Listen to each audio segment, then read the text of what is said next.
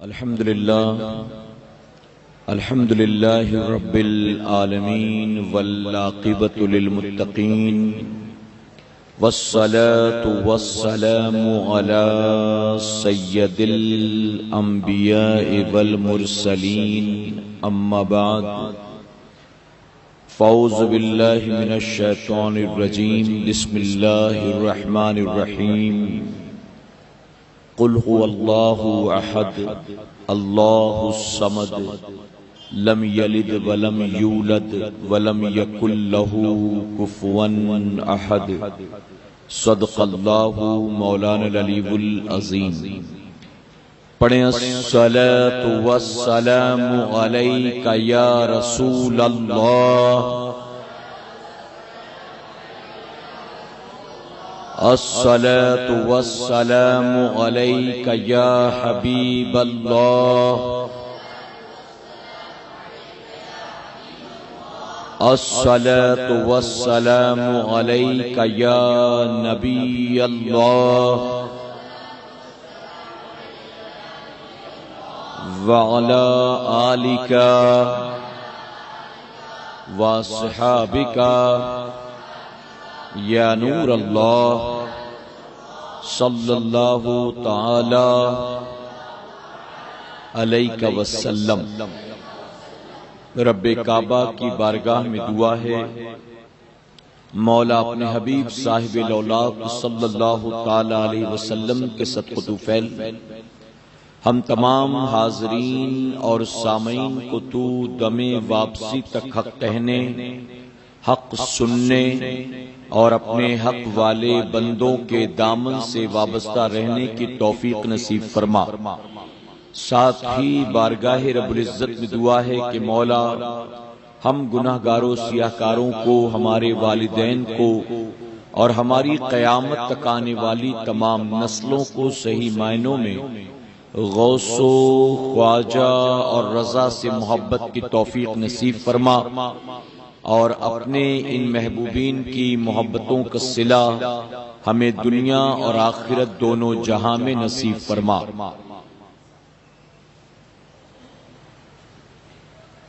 میرے پیارے آقا علیہ الصلوۃ والتسلیم کے پیر دیوانوں، رب تبارک و تعالیٰ کا بے پناہ کرم اور احسان ہے کہ اس نے ہمیں اور آپ کو ایک مرتبہ پھر سے اپنے ذکر پاک کی محفل میں آنے کی توفیق عطا فرمائی۔ یقیناً یہ لمحے جو اللہ کے ذکر کی محفل میں گزرتے ہیں، اگر ہم کبھی یہاں نہ ہوں یعنی غیر حاضر ہوں تو زندگی کے یہ لمحات جہاں بھی ہوں گزر جائیں گے، لیکن ایسی محفلوں میں بیٹھنے کے عوض جو اللہ تبارک تعالی بندے مومن کو انعام عطا فرماتا ہے، ان محفلوں سے دور رہنے والوں کو وہ انعام ہرگز میسر نہیں آتا ہے۔ یہاں تک فرمایا گیا کہ جنت میں جنتیوں کو کسی بات کا رنج و ملال نہیں ہوگا، کسی بات کا غم نہیں ہوگا سوائے ایک بات کے۔ صحابہ اکرام نے عرض کیا کہ یا رسول اللہ صلی اللہ تعالی علیہ وسلم، جنت میں جنتیوں کے لیے اللہ رب العزت نے بے شمار نعمتوں کو پیدا فرمایا۔ وہ جنت جہاں کسی چیز کو طلب کرنے کی ضرورت نہیں ہوگی، بلکہ جب دل میں خواہش پیدا ہوگی تو بن طلب کیے اللہ اپنے بندے کی خواہش کو پورا فرما دے گا۔ اور جنت کی نعمتوں کے بارے میں اگر ہم پڑھیں تو ہمیں اچھی طرح سے اس بات کا احساس ہوگا کہ دنیا جنت کی سب سے چھوٹی نعمت کے سامنے ہیچ ہے۔ آج ہم دنیا میں دیکھتے ہیں تو لوگ دنیا کی چکا چوند میں، دنیا کے مکر و فریب میں اور دنیا کی رنگینیوں میں الجھ کر رہ جاتے ہیں، جبکہ جنت کی جو سب سے ادنا نعمت ہے، اس نعمت کے سامنے یہ پوری کی پوری دنیا بھی کوئی معنی نہیں رکھتی ہے۔ جنت میں فرمایا گیا ایک جنتی جب کوئی جنتی پھل کو کھائے گا تو اسے کھاتے ہی اس بات کا احساس ہوگا کہ اس پھل کا ذائقہ ایسا ہے کہ جیسا پوری زندگی میں نے کبھی نہیں کھایا تھا، ایسا پھل تو میں نے پوری زندگی میں کبھی کھایا ہی نہیں۔ اور فرمایا گیا کہ پہلی بار کھانے کے بعد، یعنی ایک بائٹ لینے کے بعد جب وہ دوسرا بائٹ لے گا، دوسری مرتبہ وہ اس پھل کو کھائے گا، تو اب جو پہلی مرتبہ ذائقہ تھا، دوسری مرتبہ میں رب تبارک تعالیٰ اس ذائقے کو اور کئی گنا زیادہ بڑھا دے گا۔ اسی طرح جب وہ تیسری مرتبہ کھائے گا تو اس کا ٹیسٹ دوسری مرتبہ سے کئی گنا زیادہ بڑھ چکا ہوگا۔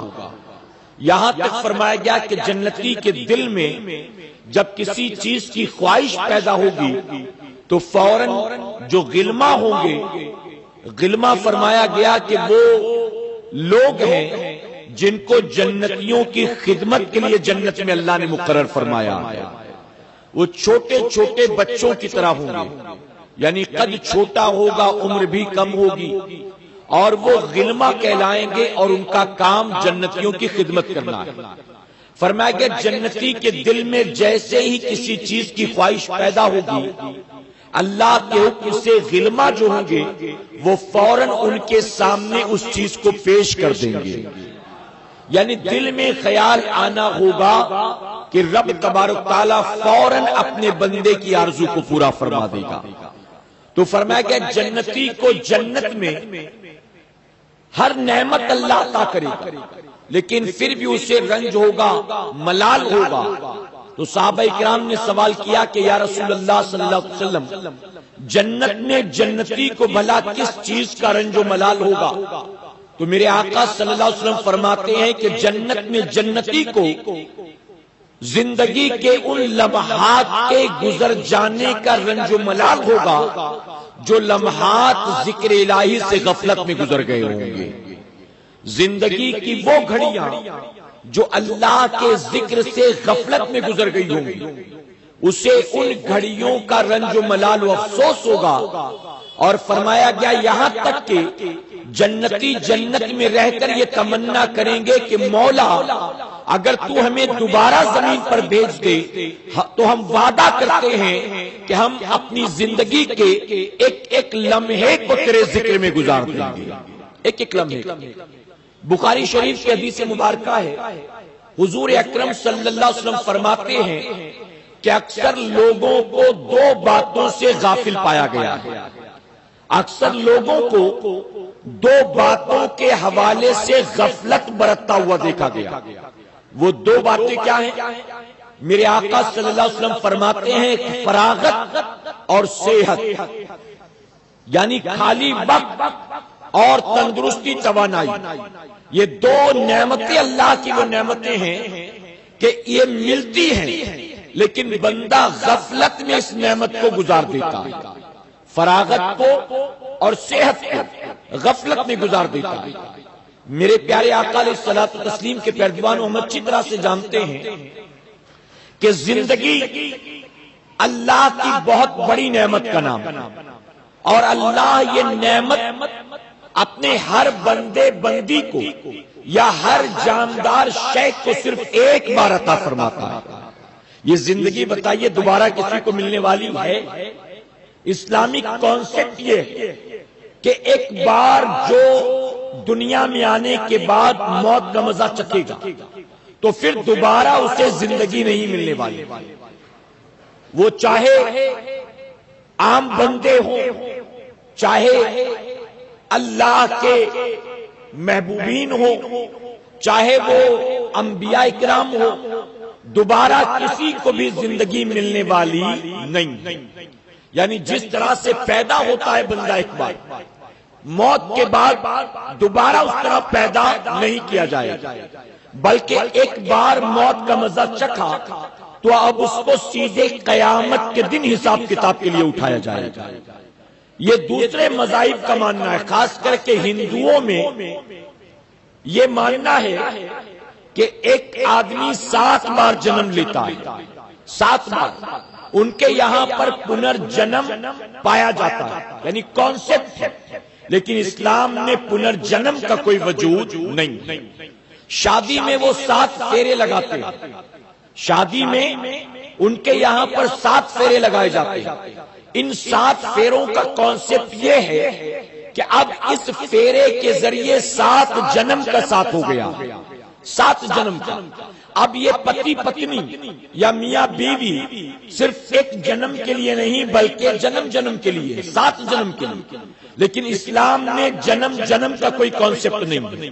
اسلام میں پنرجنم کا کوئی کانسیپٹ نہیں ہے. اسلام میں ری برتھ کا کوئی کانسیپٹ نہیں ہے. تو ایک بار ہی زندگی ملتی ہے اور زندگی اللہ کی عظیم نعمت کا نام.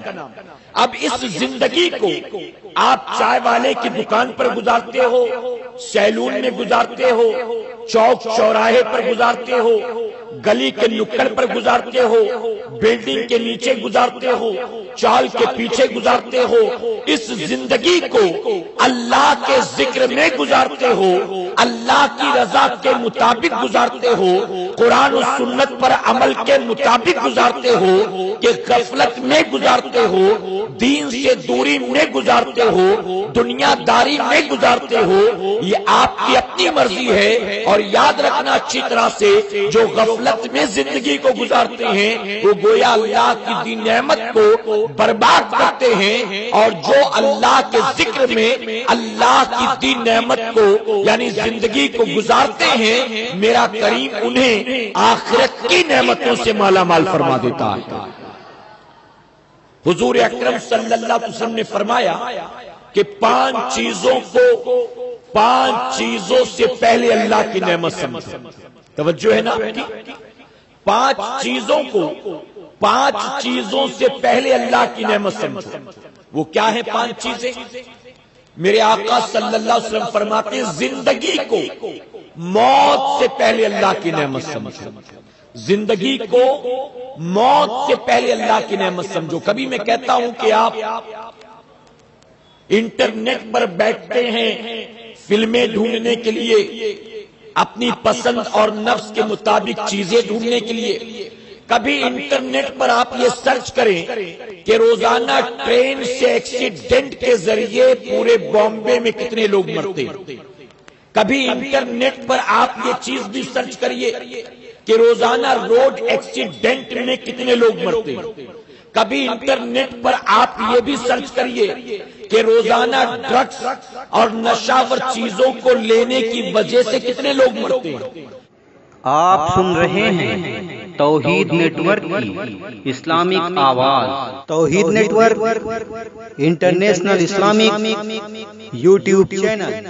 کبھی انٹرنیٹ پر آپ یہ بھی سرچ کریے کہ روزانہ صرف بامبے میں گورنمنٹ ہاسپٹلز کے اندر کتنے لوگ مرتے ہیں.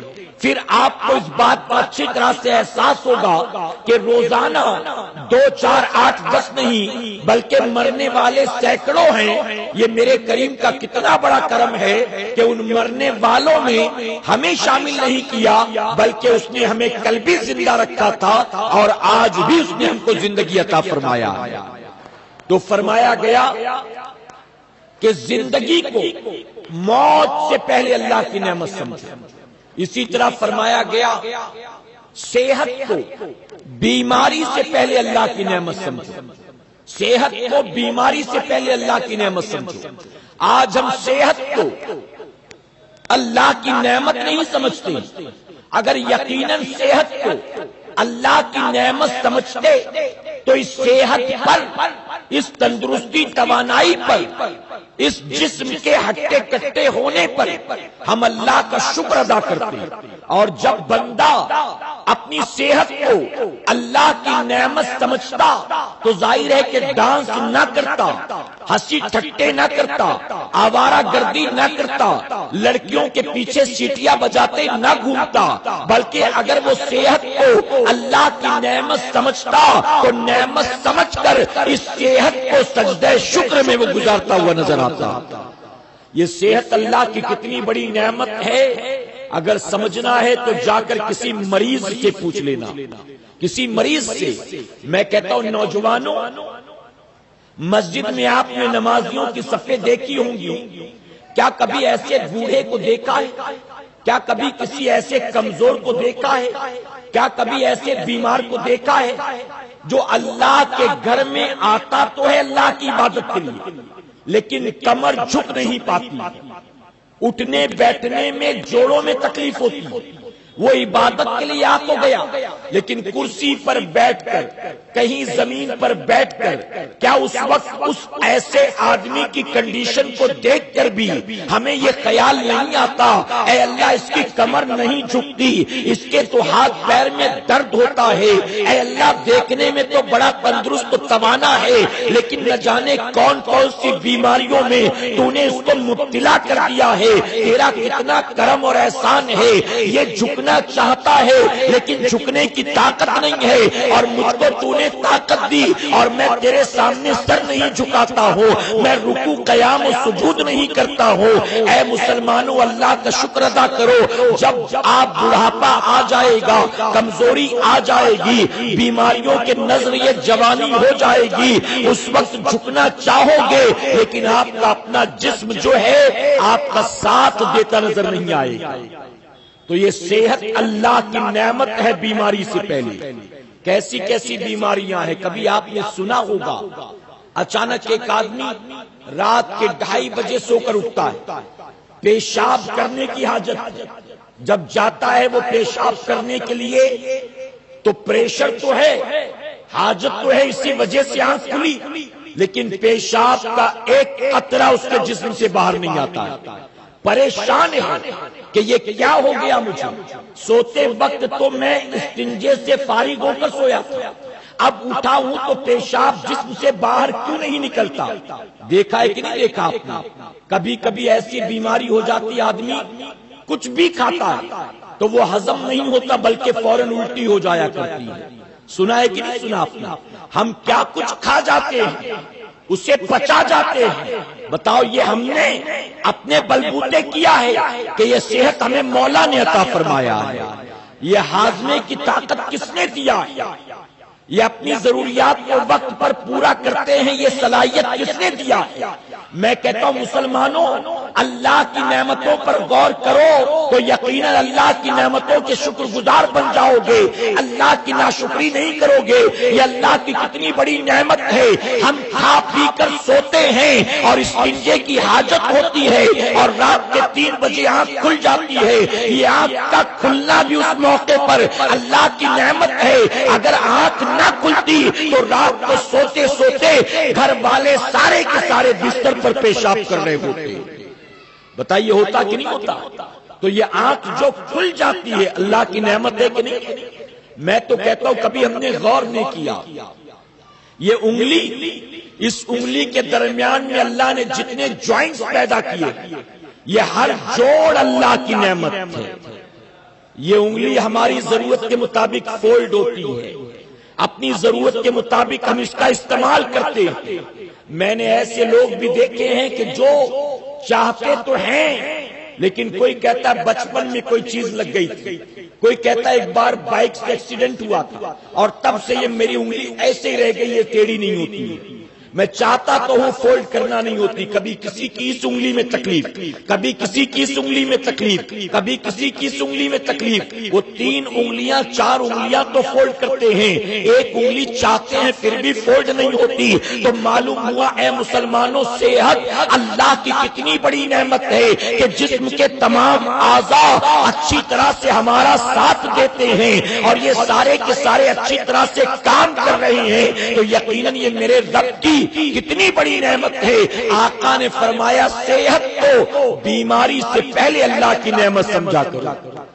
کسی کو ہچکی آنے لگتی، مسلسل ہچکی آ رہی بند نہیں ہوتی، آدھا گھنٹہ پونا گھنٹہ، میں نے ایسے مریض دیکھے پورا وجود ہل جاتا ہے، بھیجا ہل جاتا ہے، جسم کے ایک ایک جوڑ نسیں ہل جاتی ہیں ہچکی کی وجہ سے، پانی پی رہا ہے، پورے خاندان کو یاد کر رہا ہے، جو پڑھنا چاہتا تھا وہ پڑھ رہا ہے لیکن پھر بھی ہچکی بند نہیں ہوتی ہے۔ جا کر اسپتالوں میں دیکھو، وہ جو بستر پر پڑے 3 مہینے سے کرا رہے ہیں، وہ جو اٹھنا چاہتے ہیں اٹھنے کی طاقت نہیں ہے، وہ جو گھر والے اچھی اچھی غذائیں بنا کر لاتے ہیں لیکن وہ اسے کھا نہیں پاتا ہے.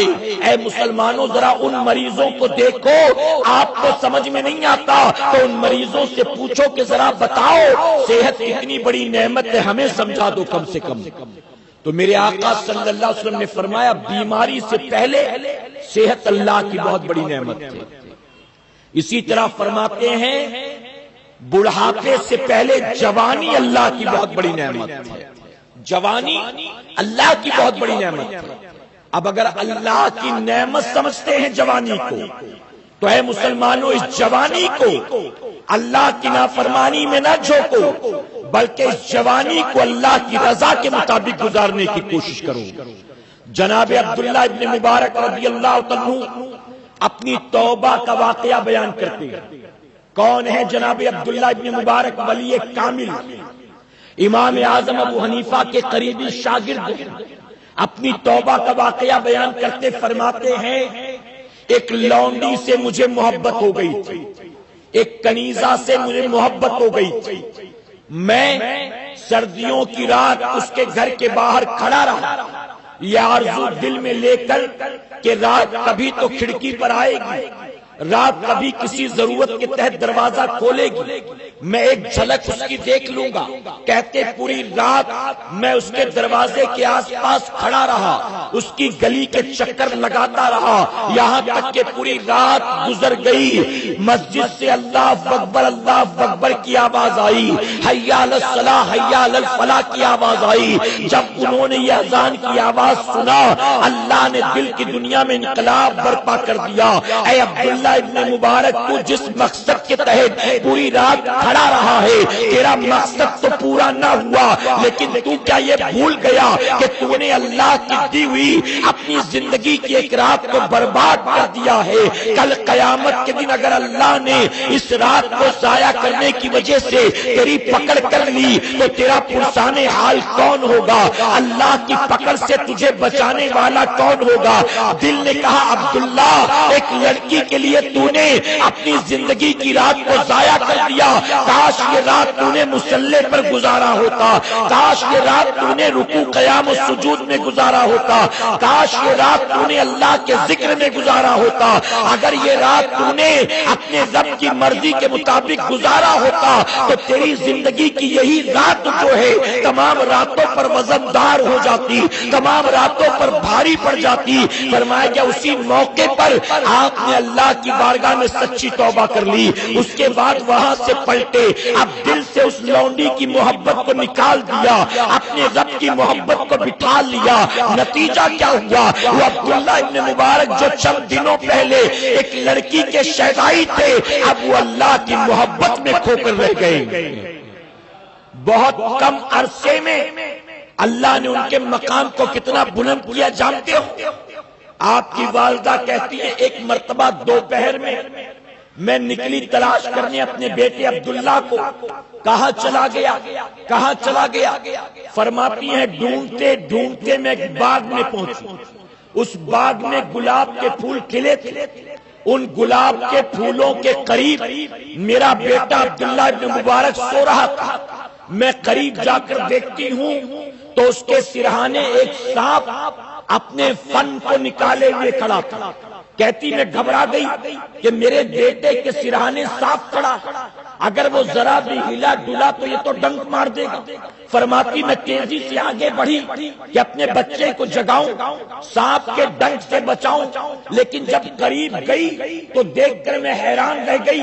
سانپ جو میرے بیٹے کے سرہانے پھن نکال کر کھڑا تھا وہ میرے بیٹے کو ڈسنے کے لیے نہیں کھڑا تھا, بلکہ کہتی ہیں کہ اس کے منہ کے اندر جو ہے ایک پتا تھا اور وہ سانپ اس پتے کے ذریعے میرے بیٹے عبداللہ کے منہ پر آنے والی مکھیوں کو بھگا رہا تھا. ذرا سوچے ایک لونڈی سے محبت کرنے والا جب اللہ کی محبت میں لگا تو اللہ نے اس جوان کے مقام کو کتنا بلند فرما دیا. آج ہماری قوم کے جوانوں کا حال کیا ہے؟ ہماری قوم کے جوانوں کا مولا علی کرم اللہ وجہ الکریم فرماتے ہیں یہ زندگی کا ایک دن تیرے نام اعمال کے ایک پنے کی طرح ہے. ایک ایک صفحے کی طرح ہے. فرماتے ہیں اب یہ تجھ پر ہے کہ تو ان صفوں کو نیکیوں سے بھرتا ہے کہ گناہوں سے بھرتا ہے. زندگی کا ایک ایک دن جو گزرتا ہے، یاد رکھیں ہر سانس کے ساتھ عمر تو بڑھتی ہے لیکن زندگی گھٹتی چلی جاتی ہے. ہر دن کے ساتھ عمر تو بڑھتی ہے لیکن زندگی گھٹتی چلی جاتی ہے. ہم برتھ ڈے سیلیبریٹ کرتے ہیں، 23 سال کا میں ہو گیا، 24 سال کا میں ہو گیا، اب تو میں کڑیل جوان 25 سال کا ہو گیا. ہم برتھ ڈے سیلیبریٹ کرتے ہیں، ہم سمجھتے ہیں اونچائیاں چھونے والے ہیں، ہم کامیابی حاصل کرنے والے ہیں. ہم سمجھتے ہیں کہ عمر بڑھ رہی ہے، عمر کے ذریعے عزت بڑھے گی، دولت بڑھے گی، دنیا اور آخرت کی نعمت بڑھے گی اور ہم اسے سیلیبریٹ کرتے ہیں. حقیقت تو یہ ہے کہ عمر جیسے جیسے بڑھتی جاتی ہے اللہ کی دی زندگی ویسے ویسے گھٹتی چلی جاتی ہے. میرے پیارے آقا علیہ الصلوۃ والتسلیم کے پیروانوں، تو جوانی بڑھاپے سے پہلے اللہ کی نعمت ہے. بڑھاپے سے پہلے جناب عبداللہ ابن عباس رضی اللہ عنہ آپ سے کسی نے کہا کہ یہ کام ایک کام کرتے اس کو رہنے دیتے، اس کام کو کل مکمل کر لیں گے، اس کام کو کل کریں گے، اسے آج رہنے دیں. تو جناب عبداللہ ابن عباس رضی اللہ عنہ فرماتے ہیں کہ ایک دن میں میں اسی دن کا پورا کام نہیں کر پاتا ہوں. ایک دن میں دن بھر کا کام میں کمپلیٹ نہیں کر پاتا. اب اگر یہ کام بھی اس دن پر ڈال دیا تو پھر اتنا بوجھ میں ایک دن میں کیسے اٹھا سکوں گا، کیسے اٹھا سکوں گا. میرے پیارے آقا علیہ الصلوۃ والتسلیم کے پیروانوں، تو جوانی بڑھاپے سے پہلے اللہ کی نعمت ہے. اسی طرح فرمایا گیا دولت غریبی سے پہلے اللہ کی نعمت ہے.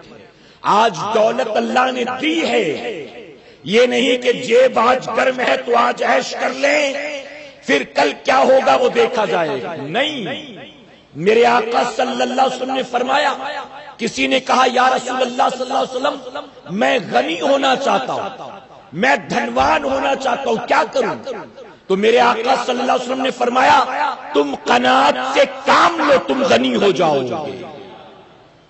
قناعت سے کام سے مراد کیا ہے؟ اللہ تمہیں جو دے اس پر اللہ کا شکر ادا کرو، اس پر صبر کرو اور اس کے صبر و شکر سے اللہ تبارک تعالیٰ تمہیں غنی فرما دے گا. اسے قناعت کہتے ہیں. اور میرے آقا صلی اللہ علیہ وسلم نے فرمایا اگر تم اللہ کے شکر گزار بندے بننا چاہتے ہو تو اپنے سے اوپر والوں کو نہیں، اپنے سے نیچے والوں کو دیکھا کرو. ایک بزرگ مسجد میں آئے نماز پڑھ، جب نماز سے فارغ ہو کر نکلے تو دیکھا آپ نے آپ کی چپل کو اٹھا لے گیا. بڑا افسوس ہوا، بڑا رنج و ملال ہوا. آپ چلے یوں ہی ننگے پیر، دل میں کوٹتے ہوئے کہ پتہ نہیں کون لے گیا، پتہ نہیں کون لے گیا. تھوڑی دور گئے، آپ نے دیکھا اسی بازار میں ایک ایسا شخص چلا آتا تھا جس کے دونوں پیر نہیں تھے، معذور تھا، دونوں پیر نہیں ہیں، وہ رگڑتا ہوا چلاتا ہے. فوراً اللہ کے بندے نے اللہ کا شکر ادا کیا، میری تو چپل گئی ہے، اس پر میں رنج و ملال کرتا ہوں، اس کے تو پیر ہی نہیں ہیں. اے اللہ تیرا کتنا کرم ہے، چپل نہیں نہ صحیح، تو نے مجھے صحیح سلامت پیر تو عطا فرمایا ہے، پیر تو عطا کیا. تو میرے پیارے آقا کے پیروانوں، اللہ کا شکر گزار بندہ بننا ہے تو امبانی کو دیکھ کر نہیں بن سکو گے، اڈانی کو دیکھ کر نہیں بن سکو گے، ٹاٹا برلا کو دیکھ کر نہیں بن سکو گے. اگر رہتے ہو جھگی جھوپڑی میں ٹاور والوں کو دیکھو گے، بنگلے والوں کو دیکھو گے، کوٹھیوں والوں کو دیکھو گے تو یقیناً ناشکرے بن جاؤ گے کہ یہ کفار و مشرکین ہو کر مزے کی زندگی گزارتے ہیں اور میں صاحب ایمان ہو کر غربت کی زندگی گزارتا ہوں، مفلسی پریشانی کی زندگی گزارتا ہوں. فرمایا کہ اوپر والوں کو دیکھو گے تو ناشکرے ہو جاؤ گے. اگر شکر گزار بندہ بننا ہے تو اللہ نے جو دیا ہے اس کے اوپر والوں کو نہ دیکھو, نیچے والوں کو دیکھو, تب تمہیں احساس ہوگا اے اللہ جھگی جھوپڑی ہی صحیح, تو نے سر پر چھت تو دیا ہے. کتنے غریب ایسے ہیں جن کے سر پر چھت بھی موجود نہیں. آپ سن رہے ہیں توحید نیٹ ورک کی اسلامک آواز. Tawheed network international Islamic YouTube channel. کتنے غریب ایسے ہیں اپنا ذاتی مکان نہ صحیح, کرائے پر مکان لینے کی بھی ان کی طاقت نہیں ہے, کرائے پر مکان لینے کی ان کی حیثیت نہیں ہے. مولا میرا ذاتی نہ صحیح, کم سے کم تو نے اس لائق کو بنایا ہے کہ میں گھر کی چھت پایا ہوں اور اس کا کرایہ بھی میں چکا سکتا ہوں. یہ تیرا کتنا بڑا کرم اور احسان ہے. تو میرے پیارے آقا علیہ الصلوۃ والتسلیم کے پیروانوں, فرمایا کہ دولت کو اللہ کی نعمت سمجھو غربت سے پہلے, غریبی سے پہلے. ایک شخص بہت غریب تھا, توجہ ہے نا آپ کی, بہت غریب تھا, اتنا غریب کہ کوئی دولت مند اسے اپنے ساتھ بٹھانا پسند نہیں کرتا تھا. ہر کوئی اسے دیکھتا تو چھوٹی نظر سے دیکھتا, گری ہوئی نظر سے دیکھتا. وہ دولت مندوں کو سلام کرتا تو کوئی امیر آدمی اس کے سلام کا جواب دینا بھی پسند نہیں کرتا تھا. اسی طرح غربت میں زندگی گزرتی رہی. آخر کار اس سے رہا نہ گیا.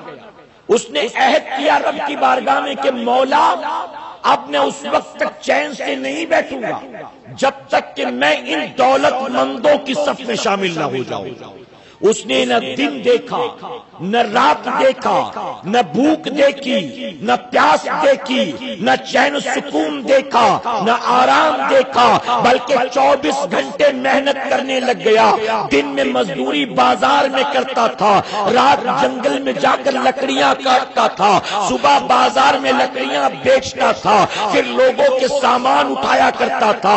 اس طرح اپنے آپ کو جھونک دیا, یہاں تک کہ پوری جوانی کو قربان کر دیا. بڑھاپے کی دہلیز پر قدم رکھتے رکھتے اللہ نے اسے بھی امیروں میں شامل فرما دیا. جو کل تک اس کے سلام کا جواب دینا پسند نہیں کرتے تھے, اب وہی لوگ اس سے بڑھ بڑھ کر سلام کرتے تھے. اور وہ سلام کا جواب دیتا تو لوگ فخر محسوس کرتے تھے, فلاں صاحب نے میرے سلام کا جواب دے دیا, فلاں صاحب کو میں بہت اچھی طرح سے جانتا ہوں. لوگ ان سے تعلقات قائم کر کے فخر محسوس کرتے. جب دھیرے دھیرے دھیرے دھیرے زندگی کا آخری وقت آیا تو اس بوڑھے نے اپنے جوان بیٹے کو بلایا اور بلا کر کہا, میرے بیٹے جب تو پیدا ہوا تو تو نے دھن دولت دیکھی, جب تو نے آنکھ کھولی تو تو نے دھن دولت دیکھا, جب تو نے ہوش سنبھالا ہے تو تو نے دھن دولت دیکھا, جب تو نے جوانی پائی ہے تو تو نے دھن دولت دیکھا. لیکن تجھے یہ پتا نہیں ہے کہ یہ دھن دولت تیرے باپ نے کتنی محنت مشقت کے ساتھ حاصل کیا. میرے بیٹے وعدہ کر مجھ سے کہ میرے بعد میری عمر بھر کی کمائی کی تو حفاظت کرے گا, اسے برباد نہیں کرے گا. میرے بیٹے وعدہ کر, اگر تو اسے بڑھا نہیں سکتا نہ بڑھا, مجھے کوئی شکایت نہیں, لیکن تو اس دولت کو برباد مت کرنا. تیرے باپ نے اپنی جوانی کو جھونک دیا ہے, تب جا کر آج یہاں پہنچا ہے. جب بھی کوئی سکہ خرچ کرنا تو اس بات کو اچھی طرح سے سوچ لینا کہ اس سکے میں تیرے باپ کا خون پسینہ ملا ہوا ہے. ہر سکہ تیرے باپ کی نیند کی قربانیوں کا نتیجہ ہے. ہر سکہ تیرے باپ کی جوانی کو پیس کر بنایا گیا ہے. ہر سکے کے اندر جو ہے تیرے باپ کا خون اور پسینہ ملا ہے. میرے بیٹے میری دولت کو ضائع مت کرنا. جوان بیٹے نے باپ سے وعدہ کیا, ابا حضور میں وعدہ کرتا ہوں آپ کی دولت کو اگر بڑھا نہ سکوں گا تو برباد بھی نہیں کروں گا۔ اب باپ اطمینان سے دنیا سے چلا گیا، چند دنوں تک تو بیٹا اپنے باپ کی بات پر عمل کرتا رہا، ایک ایک روپیہ حلال کاموں میں خرچ کرتا، بہت سوچ سمجھ کر خرچ کرتا، لیکن دھیرے دھیرے وقت کے گرد و غبار نے اب اس کے دل سے باپ کی نصیحت کو، باپ کی یادوں کو بھلا دیا۔ اب بھول گیا کہ میرے باپ نے کیا نصیحت کی تھی، اب بھول گیا کہ میرے باپ نے مجھے آخری وقت میں کیا کچھ سمجھایا تھا۔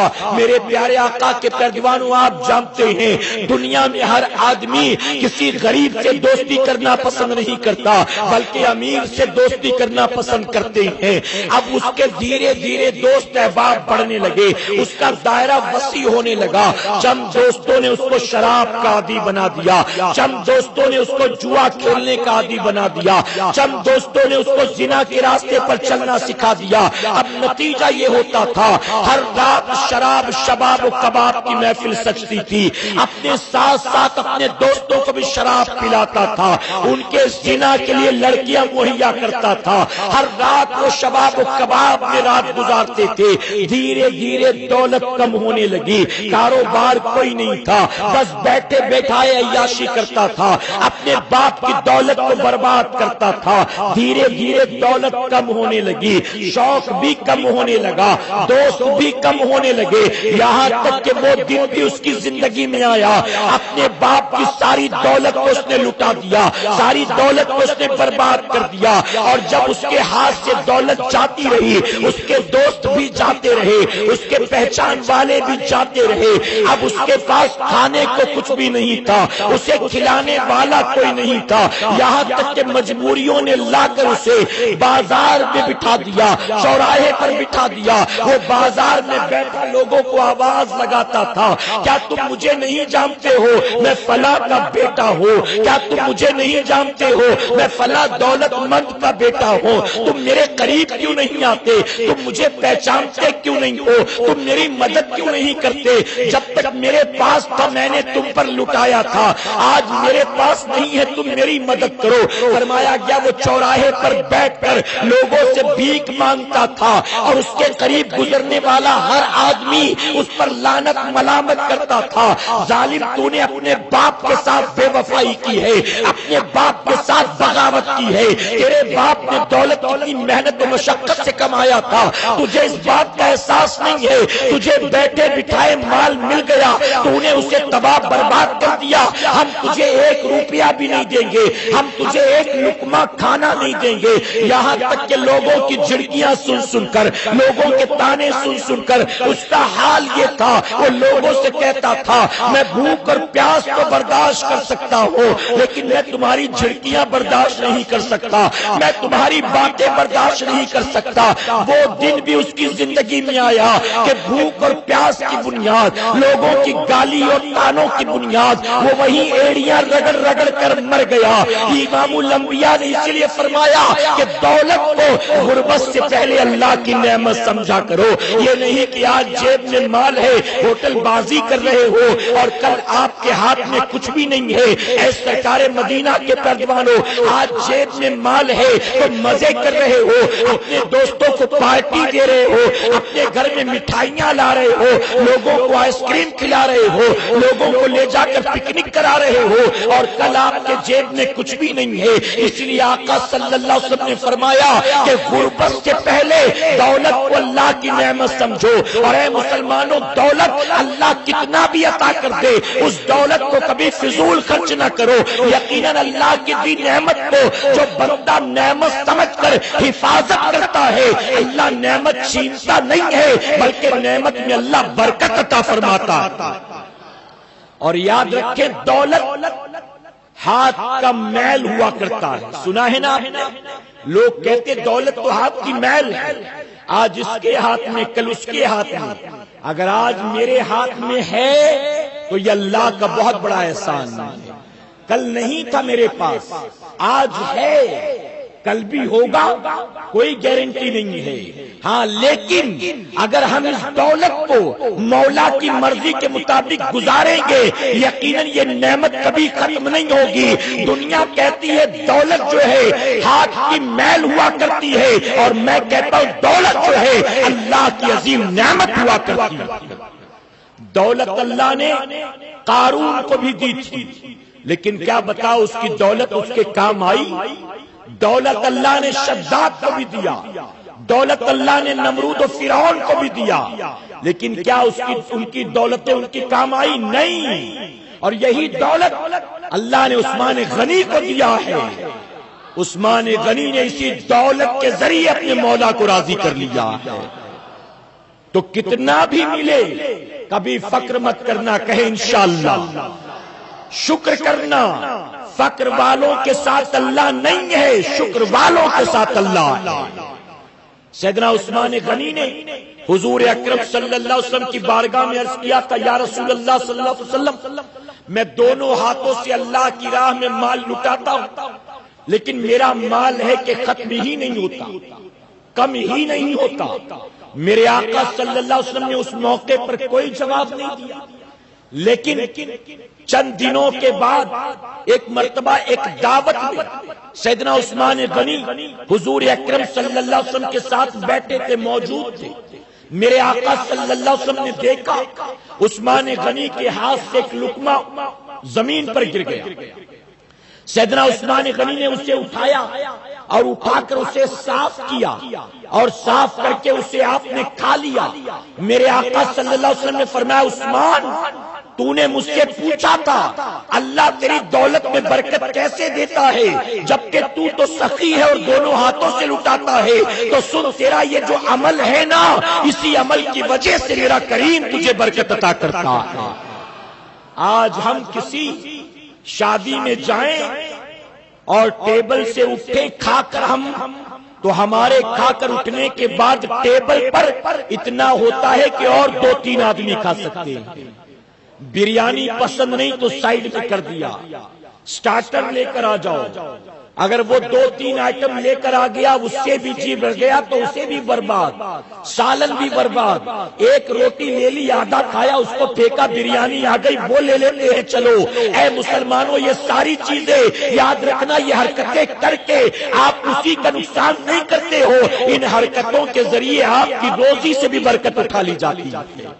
ہم نے اپنی نانی کو, ہم نے اپنی دادی کو, ہم نے اپنی والدہ کو دیکھا کہ گھر میں بریانی بنتی اور دسترخوان پر جب بریانی لا کر رکھی جاتی اور سارے گھر والے بیٹھتے دسترخوان پر کھانے کے لیے تو ہماری نانی دادی اور ہماری ماں گھر والوں کو نکال نکال کر بریانی دیتی تھی اور خود کہتی کہ میرا بریانی کھانے کا دل نہیں ہے, وہ رات کا بچا ہوا باسی چاول کھا لیا کرتی تھی.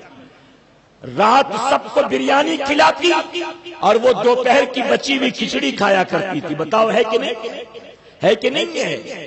اللہ تبارک تعالی اس عمل کے ذریعے روزی میں برکت عطا فرماتا تھا. آج رات کو کھانا بچ جائے فریج میں رکھ دیتے اور صبح اٹھنے کے بعد اسے کچرے کے ڈبے میں کہ نئے سرے سے نیا بنے گا, اس کو پھینکو, جانے دو اس کو. رات بھر فریج میں رہا ہے خراب ہو گیا ہوگا, اب اس کو کون کھائے گا؟ یہ بے برکتی ہے, اس کی وجہ سے نقصان و خسارہ ہوتا ہے. اللہ کی نعمت کا جو جتنا شکر ادا کرے, احترام کرے, اللہ اتنا ہی برکت عطا فرماتا ہے. اور میرے پیارے آقا کے پیروانوں, باسی بچے کھانے کو کھانے سے کوئی تنگ دست نہیں ہوتا ہے, اللہ غنی فرما دیتا ہے. دسترخوان پر گرے لقمے کو اٹھا کر کھانے سے کسی کی عزت کم نہیں ہوتی ہے, اللہ روزی میں برکتیں عطا فرماتا ہے. تو فرمایا گیا دولت کو غربت سے پہلے اللہ کی نعمت سمجھو. اور آخری اور 5ویں چیز میرے آقا صلی اللہ علیہ وسلم نے فرمایا فراغت کو مصروفیت سے پہلے اللہ کی نعمت سمجھو. خالی وقت کو بزی ہو جانے سے پہلے اللہ کی نعمت سمجھو. اور میں نے پہلے آپ سے کہا حضور اکرم صلی اللہ علیہ وسلم فرماتے بخاری شریف کے حدیث مبارکہ کہ 2 چیزوں سے اللہ کی 2 نعمتوں سے اکثر لوگ غافل ہیں. اور وہ دو نعمتیں کیا ہے؟ فرماتے ہیں کہ خالی وقت ہے، فراغت ہے اور صحت ہے، فراغت اور صحت۔ اگر اس نعمت کا ہمیں اور آپ کو احساس ہوتا تو رات کے 4-5 بجے تک فیس بک پر چیٹنگ نہ کر رہے ہوتے۔